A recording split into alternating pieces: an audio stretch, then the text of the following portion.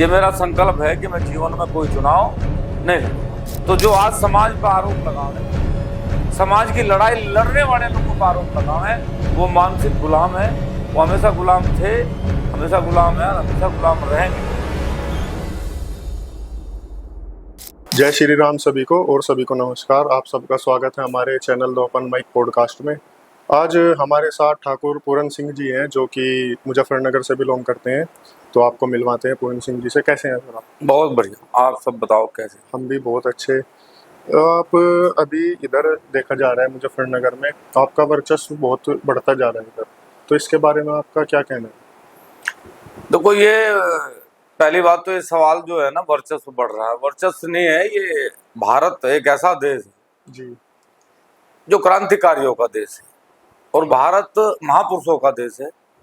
और भारत एक ऐसा, पूरे वर्ल्ड में एक ऐसा देश भारत है जहां वर्चस्व की लड़ाई नहीं, स्वाभिमान की लड़ाई है। तो वर्चस्व नहीं, स्वाभिमान और मान सम्मान जरूर बढ़ रहा है। उसके लिए बधाई है सारे राजपूत समाज को और किसान समाज को। जी। अच्छा सर, हमें एक बात बताइए कि आप पहले किसान नेता थे, अब आप एक अपने समाज को लेके उनको प्रेरित कर रहे हैं, थोड़ा राजपूत नेता में अब आपका नाम भी आने लगा है, तो इसके बारे में आप क्या कहना देखो, चाहोगे? ये तो मेरा सौभाग्य है कि मैं राजपूत समाज में जन्म लिया, क्षत्रिय समाज में जन्म लिया। ये मेरा सौभाग्य है। और उससे भी ज्यादा मेरा सौभाग्य ये है कि फिर मैं एक किसान परिवार में जन्म लिया। जी ये मेरा सौभाग्य है। और मैं पहले भी किसान नेता था, आज भी किसान नेता हूँ।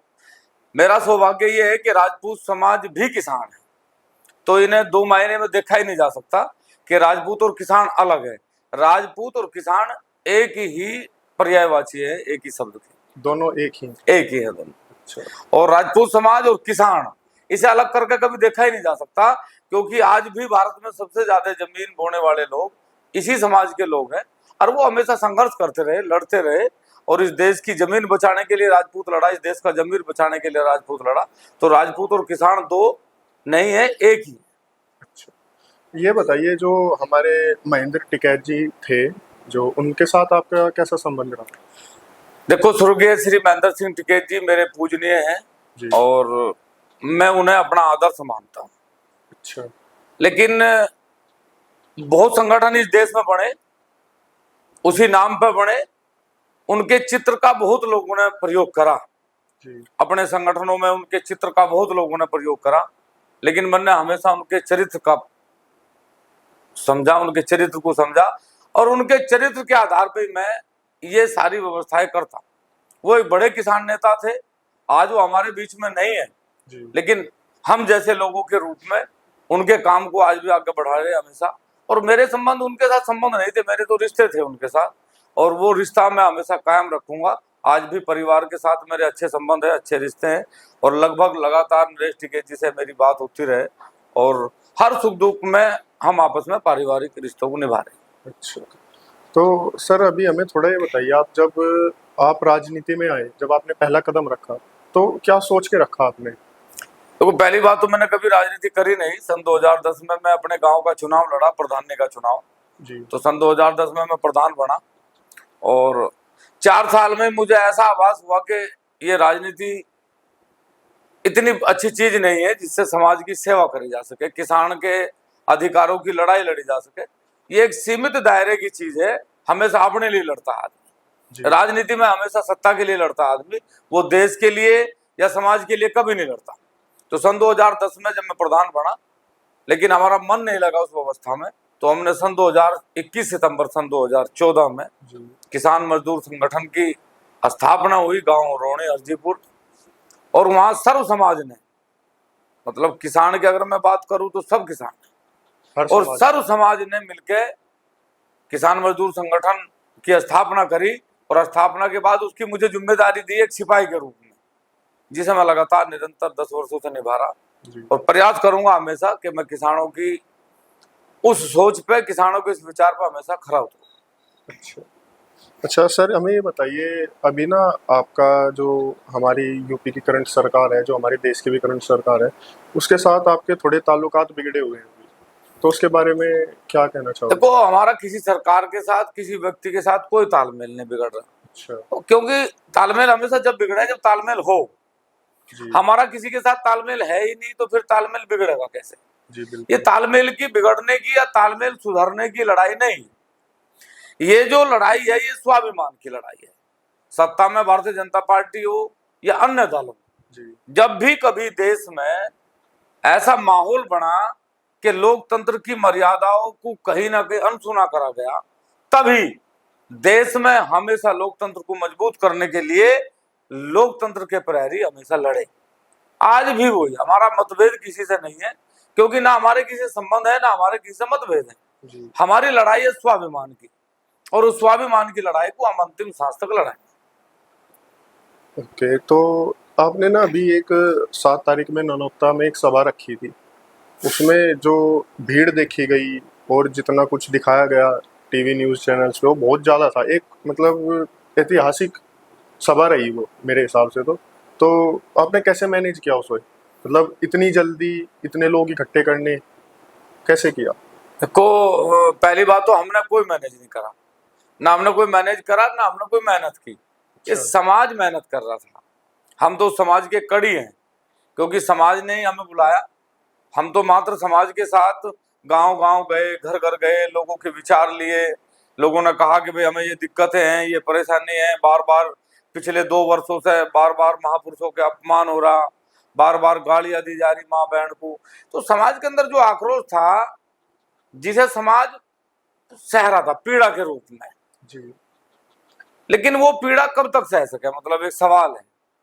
तो लोगों ने कहा कि भाई अब हम सरकार से जवाब जरूर लेंगे, क्योंकि पिछले इतने वर्षों से हम वोट दे रहे, जी तो जिन्हें वोट दे रहे उनसे जवाब लेंगे। बिल्कुल। और फिर उन्होंने 7 तारीख में जवाब लिया, और सरकार आज तक जवाब नहीं दे पा रही, विचलित है। और ऐतिहासिक कहूं मैं कि समाज ने ऐतिहासिक काम करा, क्योंकि आज समय थी। आज यदि आज भी ना बोल पाते तो हम नहीं समझते कि फिर लोकतंत्र में कुछ बचता। इसलिए वो जो भीड़ थी, वो जो समाज के लोग आए, वो पूरी ईमानदारी से लोकतंत्र को मजबूत करने के लिए आए, महापुरुषों के सम्मान को बचाने के लिए आए।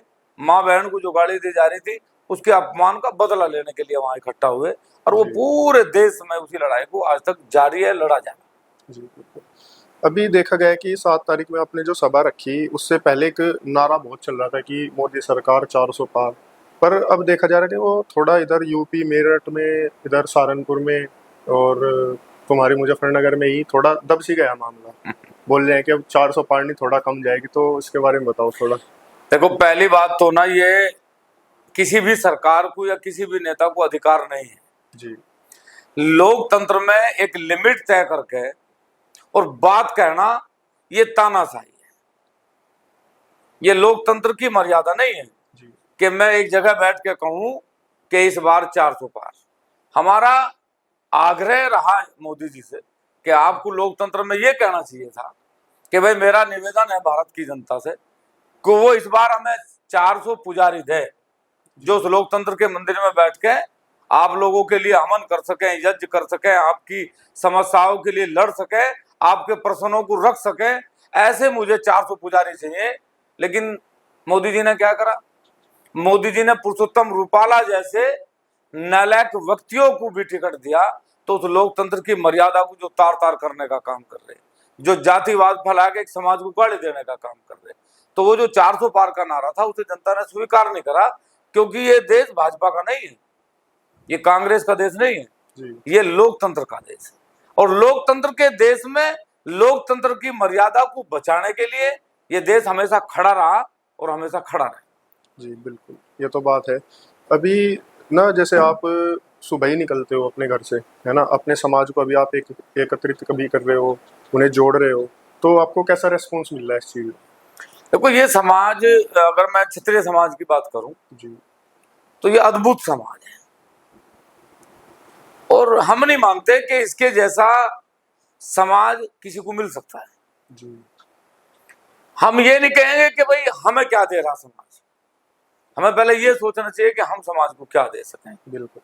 क्योंकि दुनिया में एक ऐसा राजपूत नेता नहीं होगा, और हम राजपूत नेता की भी बात यदि खत्म कर दें, देश का एक किसी बिरादरी का, किसी धर्म का ऐसा नेता नहीं होगा जिसका राजपूत समाज ने हमेशा सहयोग नहीं करा। जी लेकिन दुर्भाग्य क्या है कि हम हमेशा ये सोचते रहे कि राजपूत हमें क्या दे रहे, हमने कभी ये नहीं सोचा कि हम राजपूतों को क्या दे रहे, हम देश को क्या दे रहे, हम समाज को क्या दे रहे। अब ये परिपाटी बदलने लग रही। अब समाज ये पूछता है कि पहले ये बताओ कि तुम हमें क्या दोगे, और बदले में क्या मांगता है वो? सम्मान, स्वाभिमान, आरक्षण नहीं मांगता। बिल्कुल। SC ST जैसे कानून में बदलाव नहीं मांगता, वो अपनी दी हुई रियासतें नहीं मांगता, वो अपनी दी हुई जमीन नहीं मांगता, वो अपने दिए हुए किले नहीं मांगता। क्या मांगता है? स्वाभिमान, सम्मान। और इसके लिए वो पहले भी सरहदों पर लड़ा, पहले भी लड़ा और आज भी लड़ेगा। और जब तक ये देश रहेगा, जब तक ये सृष्टि रहेगी, जब तक स्वाभिमान के लिए वो हमेशा लड़ता रहेगा। तो सर, जैसे आप अपने समाज के लिए अपने हक की लड़ाई, अपने स्वाभिमान की लड़ाई लड़ रहे हो अभी, तो आपको कहीं दूसरे समाज से कुछ मतलब डर या भय, कुछ ऐसे या विपत्ति वाली चीज तो नहीं आती उधर से कुछ? जाको राखे साइया मार सके ना कोई। तो पहली बात तो हमारे साथ भगवान है, तो हमें किसी से कोई डर नहीं है। और डर गया जो ठाकुर, तो ठाकुर कौन कहेगा फिर? तो हमें किसी से कोई डर नहीं है, ना हमें किसी से कोई डर है ना भय है। सारे समाज हमारा सम्मान करें, इस दुनिया के सारे धर्म, सारी जाति हमारा सम्मान करें। व्यक्तिगत किसी को हमारे से ईर्ष्या हो सके तो उसका भला करे भगवान, हमें उससे कोई ज्यादा वो नहीं। लेकिन इस भारत में कोई ऐसी जाति, कोई ऐसा धर्म, कोई ऐसा व्यक्ति नहीं है जो हमारे से लाड़ प्यार नहीं करता, क्योंकि हम स्वाभिमान की लड़ाई लड़ रहे हैं, जातिवाद की लड़ाई कभी ना लड़ी, ना कभी लड़े। अच्छा, तो मतलब आप हर समाज को अपने साथ लेके चलते हो? बिल्कुल, सारे समाज के लोग हमारे साथ हैं। एक ऐसी जाति नहीं है जो इस मुहिम में भी हमारे साथ नहीं थी। सब जाति के लोग हैं, सब धर्मों के लोग हैं, और सब हमारे से बहुत प्यार कर रहे हैं। और इस लोकतंत्र की लड़ाई में सभी ने हमें सहयोग करा, सबका धन्यवाद है। अच्छा, तो अभी ना एक चुनाव से पहले योगी जी आए हुए थे, शायद बड़गांव में आए थे। तो उनकी जो पिछली रैली हुई इधर सहारनपुर में, उसमें देखा गया था बहुत हजूम था, 50,000 लोग, 1 लाख लोग। पर इस बार देखे गए कि 3-4 हजार लोग ही हैं बस वहाँ पे, कोई जा भी नहीं रहा। तो आपने कैसे लोगों को खींच लिया, मतलब समाज को कैसे एकदम एकत्रित कर दिया? देखो, पूज्य महाराज जी का मैं सम्मान करता हूँ, और हमेशा सम्मान मेरी नजरों में उनका रहेगा, मेरे दिल में हमेशा रहेगा जी। और योगी जी जब आए तो सब लोगों ने सहयोग करा, समाज ने बड़ा सहयोग योगी जी करा, बहुत बड़ा सहयोग करा। और क्योंकि वो राजपूत नेता नहीं है जी, वो देश के नेता है, बिल्कुल। वो राष्ट्र नायक है।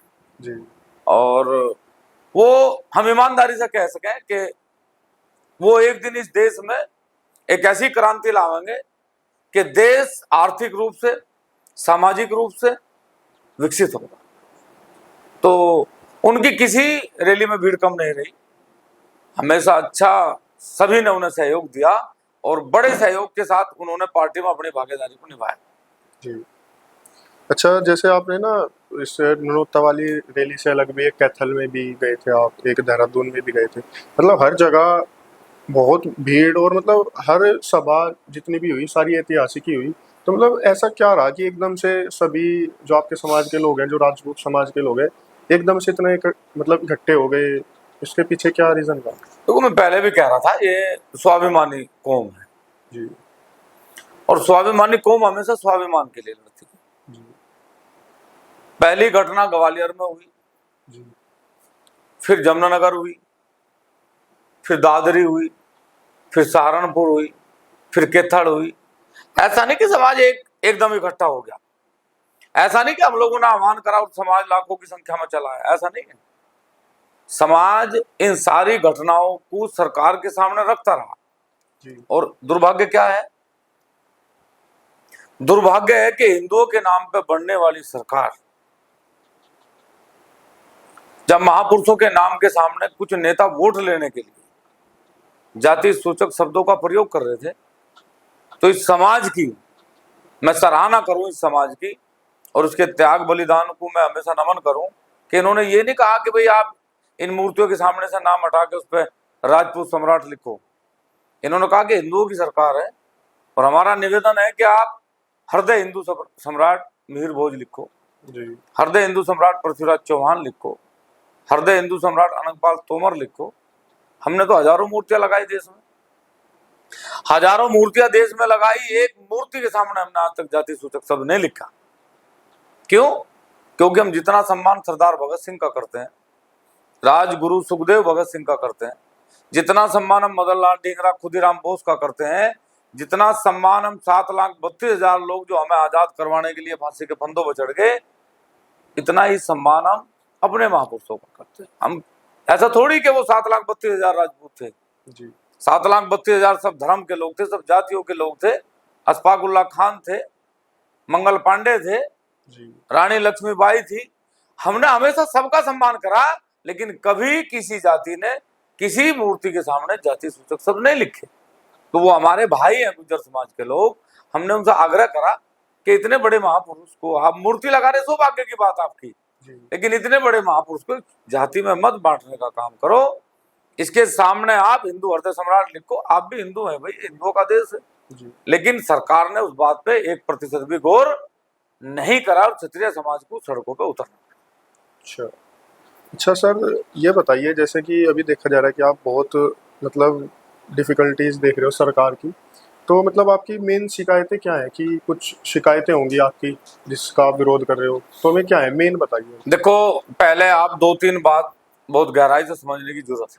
जी संविधान लिखा गया और सन 1950 में लागू हुआ। सन 52 में पहली बार देश में चुनाव हुए तो जाहिर सी बात है कि वो आज भी है और वो 52 में भी था। जी एक अमीर लोग थे, एक गरीब लोग थे।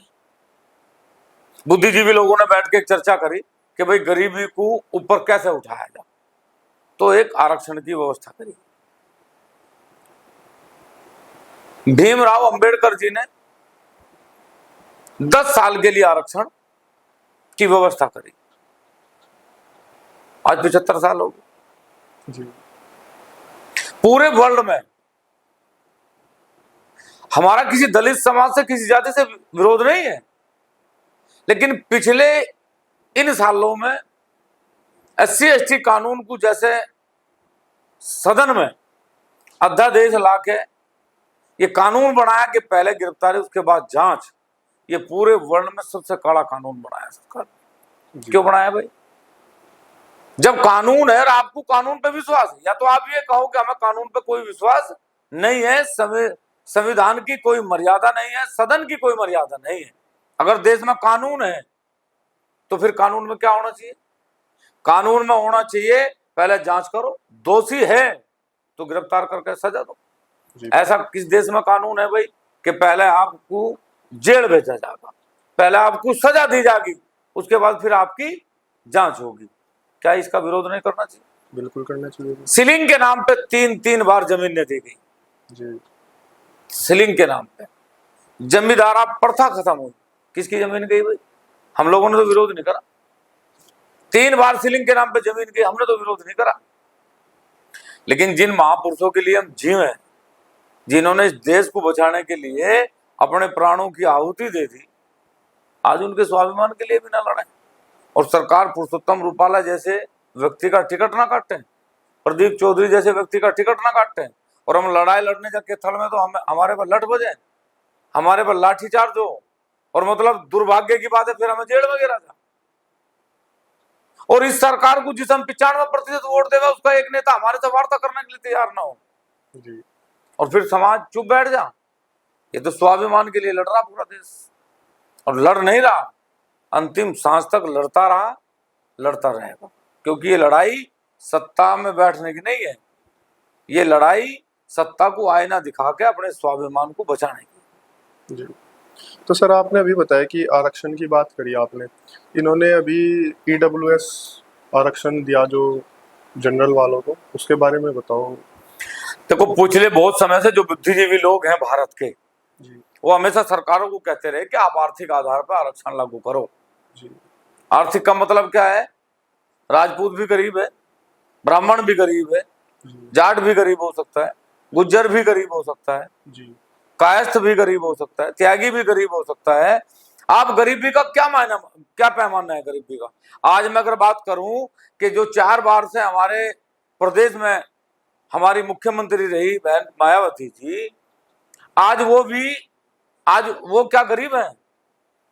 जो एक अधिकारी IAS बन गया, क्या वो गरीब है? यदि दलित समाज के व्यक्तियों का भी आरक्षण है, एक बात और बता दूं, दलित समाज के लोगों का आरक्षण दलित समाज के लोग खोज रहे। जो गरीब दलित है वो आज तक आरक्षण का लाभ नहीं ले पाया। अच्छा। जो अमीर दलित है वही आरक्षण का लाभ ले रहा है आज तक। दलित जो बेचारा मेरे भाई 50 साल पहले जो व्यक्ति भट्टे पे जाता था जी। आज भी भट्टे पे जा रहा, तो उसे क्या मिला? जो पहले गांव में मजदूरी करता था वो आज भी मजदूरी कर रहा, उसे क्या मिला? वो आज भी 5 किलो अनाज लेने के लिए लाइन में खड़ा, तो उसे क्या मिला? आरक्षण का लाभ किसने लिया? अमीर दलित ने, अमीर पिछड़े ने। और जो दलित गरीब था, दलित पिछड़ा गरीब था, वो और गरीब होता चला गया। तो उसे क्या दिया सरकार ने? 5 किलो अनाज। आरक्षण नहीं दिया उसे। जी। उसे आरक्षण के नाम पे ठगा गया, उसे आरक्षण के नाम पे पढ़ाया नहीं गया, लिखाया नहीं गया। और जिन स्कूलों में वो पढ़े उन स्कूलों में पढ़ाई नहीं।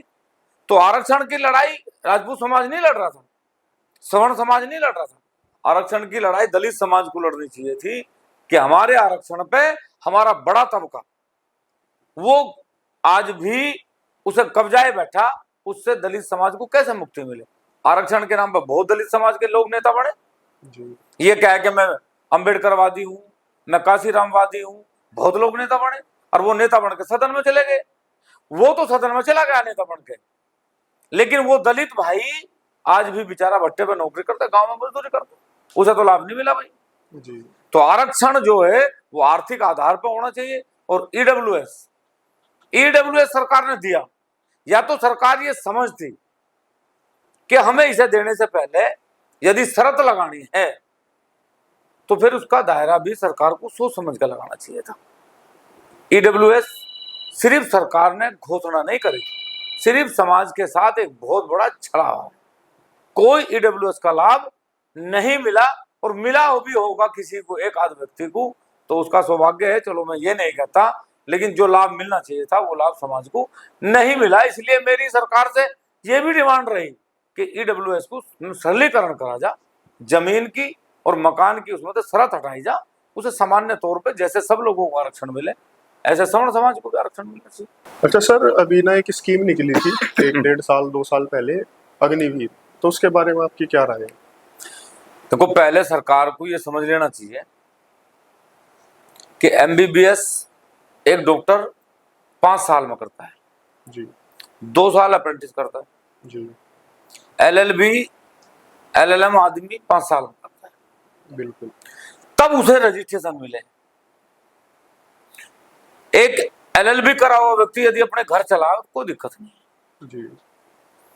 लेकिन देश की सुरक्षा के लिए एक व्यक्ति को मात्र 4 साल का समय देना, हम दावे से कह सके कि सरकार इस देश की सुरक्षा में सेंध लगाने का काम कर रही है। दूसरी बात, सरकार अग्निवीर योजना लाके देश की सुरक्षा को, सीमाओं को मजबूत करना नहीं चाहती। वो चाहती है कि देश में जो व्यक्ति 4 साल में घर आवेगा वो इतना परिपक्व होकर आवे कि उस पर AK-47 चलानी आनी चाहिए, जी। उसमें जो ट्रेनिंग मिलेगी उसे आर्मी की, फिर वो इतना परिपक्व हो कि यहां से आके वो विधायकों की, मंत्रियों की, प्रधानमंत्री की, कैबिनेट मंत्रियों की सुरक्षा में लगे और इन्हें बचाने का काम करे। देश को बचाने का काम नहीं है सिर्फ इन लोगों के लिए कि वो बिजली घर पर आके नौकरी करे तो सरकार के संस्थान को बचावे, वो अडानी के साथ जाके उसे बचावे, अंबानी के साथ जाके उसे बचाने का काम करे, और उस देश के मंत्री और विधायकों के गार्ड बनने का काम करे और अपनी जान जोखिम में डाल के इन लोगों को बचाने का काम करे। इसलिए अग्निवीर योजना लाई गई। अग्निवीर योजना फेल है।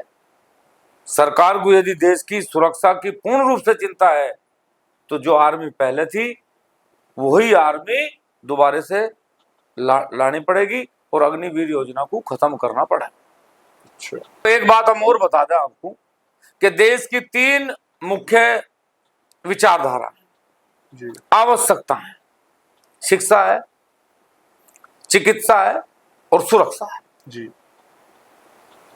आज तक हम ये नहीं समझ पाए कि लोकतंत्र में जाने वाले व्यक्ति को, जो हमारा प्रतिनिधित्व करता है, उस व्यक्ति को सुरक्षा चाहिए। जी। देश के हजारों लोगों को सुरक्षा चाहिए। खेत में किसान काम करता है तो सुरक्षा नहीं चाहिए। लड़कियां स्कूल में जाएंगी तो सुरक्षा नहीं चाहिए, छोटे बच्चे बसों में बैठ के जाएंगे तो सुरक्षा नहीं चाहिए। अगर इस देश के नेता को सुरक्षा की आवश्यकता है, इस देश के अधिकारियों को सुरक्षा की आवश्यकता है, जी तो इस देश के हर एक नागरिक को सुरक्षा की आवश्यकता है। बिल्कुल। यदि इस देश के आरक्षण वाले लोगों को शिक्षा की जरूरत है, जी तो इस देश में जिन लोगों पे आरक्षण नहीं है उन्हें भी शिक्षा की जरूरत है। यदि आयुष्मान कार्ड सरकार बनाने के बाद ये कहे कि हमने 20 करोड़ कार्ड बनाए, तो सरकार सरासर गलत बयानबाजी करे। 140 करोड़ लोगों में आप 20 करोड़ का दावा करके क्यों छल करते हो भाई? क्या 140 करोड़ लोगों में जिन लोगों के आयुष्मान कार्ड बनाए वही बीमार हो गए? ये गारंटी है सरकार की कि जिसका हम आयुष्मान बनाएंगे वही बीमार होगा बस, और वो बीमार होगा तो हॉस्पिटल में जाएगा, वो 120 करोड़ लोग बीमार नहीं होंगे। तो सरकार को क्या करना चाहिए? देश के हर एक नागरिक की सुरक्षा, देश के हर नागरिक की चिकित्सा और देश के हर नागरिक की शिक्षा प्रथम सरकार का एजेंडा होना चाहिए। क्या है भाई ये? नाज फ्री देंगे? क्यों देंगे नाज फ्री? आप हमें नौकरी दो। आप जब आप हमें नौकरी दोगे हम तो सारी चीज खरीद कर लेकर आएंगे। आप 5 किलो अनाज देके हमारी नौकरी छीन रहे, आप 5 किलो अनाज देके हमारी फसलों के दाम छीन रहे, आप 5 किलो अनाज देके हमारे अधिकार छीन रहे। इसलिए इस योजना को बंद करना चाहिए। इसका क्या उचित है? योजना पैमाना तय करो ना कि गरीब कौन है। जिसके पास दुनिया में 1 बीघा जमीन नहीं है उसे अनाज देवे सरकार, और जिसके पास 1 बीघा जमीन भी है उसे अनाज लेने का कोई अधिकार नहीं है। सरकार को बंद करना चाहिए। सरकार कहो ना कि अपने बच्चों को पढ़ाओ, फ्री पढ़ाओगे, सबके बच्चों को फ्री पढ़ाओ। और क्यों कहें कि आप इंटर तक फ्री पढ़ाओगे? आप कहो कि MBBS तक फ्री पढ़ाओगे, MD तक फ्री पढ़ाओगे, IIT तक फ्री पढ़ाओगे। देश के हर नागरिक के लिए शिक्षा मुफ्त होनी चाहिए, हर आदमी के लिए चिकित्सा मुफ्त होनी चाहिए। आप 2 रुपए की पर्ची कटवा के सरकारी हॉस्पिटल में, और वो जब डॉक्टर के पास जाते उसे डॉक्टर ये कहते हैं कि यहाँ तो दवा नहीं, अल्ट्रासाउंड नहीं है, ECG की मशीन नहीं है, तो फिर आप काहे की तनख्वाह दे रहे इतने बड़े हॉस्पिटल में? शिक्षा, चिकित्सा, सुरक्षा के नाम पे इस देश में बहुत बड़ा घोटाला है। और यदि कभी कोई ऐसी सरकार या ऐसा कोई ईमानदार नेता आया, जैसे कभी चौधरी लाल बहादुर शास्त्री, चरण सिंह कर्पूरी ठाकुर, जयनारायण मिश्र, ऐसे नेता कभी देश में पुणे आए और जांच हुई, तो सबसे बड़ा घोटाला इसी शिक्षा, इसी चिकित्सा, सुरक्षा में मिलेगा, और पता नहीं कितने लोगों को जेल का मुंह देगा। अच्छा, अब हम आपसे एक सवाल पूछते हैं कि अब आपका मोटिव क्या है कि आप जो स्वाभिमान की लड़ाई लड़ रहे हो, तो आपके फ्यूचर प्लान्स, आगे के क्या प्लानिंग है आपकी? देखो, ना तो मेरा कोई फ्यूचर का प्लान है, ना कोई वर्तमान का है, ना कोई मेरा भूतकाल में था। अच्छा। मैं सिर्फ ईश्वर, ये आध्यात्मिक व्यक्ति हूँ और हमेशा ईश्वर पे मैं ध्यान रखता हूँ, और जितना वो मुझे चलाना है इतना मैं चलूँ। ना मैं कोई कभी प्लानिंग करी, ना मैं कभी कोई प्लानिंग करता। और मैं जब स्कूल में जागरूक था तो मेरे परिवार के लोगों ने बहुत प्रयास करा कि भाई ये पढ़ लिख के ये कुछ बने, लेकिन मेरी किस्मत में पढ़ाई नहीं, तो पढ़ा नहीं, तो मैं फिर अपने को दोष दूं या ईश्वर को दोष दूं। फिर मैं राजनीति में गया तो मेरा मन नहीं लगा, मैं प्रधान बना। 4 साल में मैंने प्रधानी का त्याग छोड़ दिया। मैं अब जीवन में चुनाव नहीं लड़ूंगा। ये मेरा संकल्प है कि मैं जीवन में कोई चुनाव नहीं लड़ूंगा, और कभी लड़ूंगा भी नहीं मेरा जीवन में, क्योंकि मैं जिस दिन सन 2014 में संगठन बनाया था उस समय एक कसम खाई थी कि मैं कभी जीवन में चुनाव नहीं लड़ूंगा, और मैं जीवन में कभी चुनाव लड़ूंगा भी नहीं। सिर्फ मेरा जो ईश्वर मुझे कहेगा मैं वो करूंगा, जो समाज मुझे कहेगा, जो देश मुझे कहेगा वही मेरे करना है। वो मैं कितना करूंगा, मेरा ये भी नहीं कि मैं पूरे देश में परिवर्तन करूंगा, मेरा ऐसा कुछ नहीं। जितना ईश्वर मुझे परिवर्तन करने के लिए सहारा देंगे, साहस देंगे, आशीर्वाद देंगे, इतना मैं करने का काम करूँ। अच्छा, चलो आपसे एक आखिरी सवाल करते हैं। वैसे तो हमारा आखिरी सवाल था कि आप अब राजनीति में आओगे या नहीं, आपने वो जवाब तो इसी उसमें दे दिया। हमारा अब सवाल ये है कि जितने भी बड़े लीडर्स हैं या जो भी पार्टी है आपको कन्विंस करती हैं कि आप उनकी पार्टी में आओ, उनसे जुड़ो, ये सब चीजें होती हैं आपके देखो, साथ? पहली बात तो मैं बताऊं कि ये सबको पता है लगभग कि हमने जीवन में संकल्प लिया है कि हम चुनाव नहीं लड़ेंगे, और इस बार 7 अप्रैल के बाद बहुत राजनीतिक लोगों ने संपर्क साधने का प्रयास करा, भिन्न भिन्न प्रकार के आरोप लगाए गए, लेकिन हम एक बात स्पष्ट कर दें कि स्वाभिमानी लोग बिका नहीं करते। जब इस देश की आबादी 35 करोड़ थी तो 7,32,000 लोग फांसी के फंदे पर चढ़े। आज भी इस देश की आबादी 140 करोड़ है तो लाखों लोग लड़ रहे, करोड़ों की संख्या में नहीं लड़ रहे। क्यों? क्योंकि उनका स्वाभिमान जिंदा है। और जो लोग आरोप लगा के उस लड़ाई को कमजोर करने का काम करें, वो ना पहले लड़े कभी, न कभी लड़ेंगे, न कभी लड़ सकते, क्योंकि वो मानसिक गुलाम है। शारीरिक बेड़ियों को तो तोड़ा जा सके, मेरे पैरों में हाथों में संकट हो उनसे मुक्त होया जा सके, लेकिन मानसिक गुलाम व्यक्ति को कोई कभी आजाद नहीं कर सकता। तो जो आज समाज पर आरोप लगावे, समाज की लड़ाई लड़ने वाले लोगों पर आरोप लगावे, वो मानसिक गुलाम है। वो हमेशा गुलाम थे, हमेशा गुलाम है और हमेशा गुलाम रहेंगे, क्योंकि उनकी रगों में समाज से ज्यादा राजनीति है। और मैं राजनीतिक लोगों से कोई मतलब वास्ता नहीं रखता। मेरा सिर्फ इस देश के लोकतंत्र से, इस देश के संविधान से और इस देश की उस जाति से जिसके महापुरुषों ने बलिदान दिया। इस जाति से ज्यादा महापुरुष लड़े नहीं होंगे इस देश के लिए। बड़ी लड़ाइयां लड़ी, वीर शिरोमणि महाराणा प्रताप की 11 पीढ़ियां लड़ी, एक बार नहीं 16 बार जोहर हुए देश में। आज जिन माताओं पे, बहनों पे ये पुरुषोत्तम रूपाला जैसे लोग उंगलियां उठावे, उस परिवार की महिलाओं ने 16 हजार रानियों ने जोहर कराग्नि, जल जोहर। यहां 14 साल के बच्चे के तिलक लगा के भेज देती थी मां कि या तो विजय या वीर गति। और आज लोग ये पूछें कि हमने क्या करा। इसीलिए हम बार बार कहें कि पहले इतिहास के पन्नों को पढ़ लेना चाहिए और पढ़ने के बाद जवाब करना चाहिए, क्योंकि इतिहास के पन्नों को यदि पलट के देखोगे तो उनमें लिखाई से ज्यादा खून है, और वो खून किसी और का नहीं है, वो इस समाज के उन महापुरुषों का खून है जिन्होंने खून से इतिहास लिखा, किसी कलम से इतिहास नहीं लिखा। बिल्कुल। और एक बात और बता दें, बहुत से लोग कहें कि कलम का जमाना है, तलवार का जमाना है नहीं, कलम का जमाना। तो हम बता दें, कलम कितनी भी ताकतवर हो जा, लेकिन कलम का व्यक्ति भी बाद में ये कहे कि मुझे सुरक्षा दो। जी बिल्कुल। अगर कलम में ताकत है तो उसकी सुरक्षा में लगने वाली उस AK-47 में ताकत है, फिर जिसे साथ लेके चले वो कलम वाला व्यक्ति। जी बिल्कुल। तो इसलिए अगर कलम में ताकत है तो फिर हम ये दावे से कह सकें कि वहां बैठा हुआ बॉर्डर पे कलम लेके नहीं बैठता आदमी, बिल्कुल। वहां वो फोर्स तोप लेके बैठे। आज तक मोदी जी या अन्य प्रधानमंत्री इस देश के लिए चरखा खरीद के नहीं लाए कहीं से, वो हमेशा क्या लाए? राफेल खरीद कर लाए, मिसाइलें खरीद कर लाए। आज भारत अगर हथियार बना रहा तो हथियार बना रहा, पेंसिल तो कोई भी बना सके, कलम तो कोई बना सके, लेकिन हथियार सरकार बनवाती है। बिल्कुल। तो मैं ये कह रहा कि कलम के मायने हैं, मैं उसे नजरअंदाज नहीं करता, लेकिन कलम के ऊपर सुरक्षा हमेशा तलवार की है, तलवार की थी और हमेशा तलवार की रहेगी। तो ठाकुर पूरन सिंह जी, आपसे बहुत अच्छा लगा हमें मिलके, और बहुत सी चीज़ें आपसे हमें आज सीखने को भी मिली, क्योंकि हमें बहुत चीज़ों की नॉलेज नहीं है इस बारे में। आपसे बहुत कुछ सीखने के लिए मिला। तो ऐसे ही आप सब भी बनते रहिए हमारे साथ पॉडकास्ट में। आगे मिलते हैं किसी नई पॉडकास्ट में।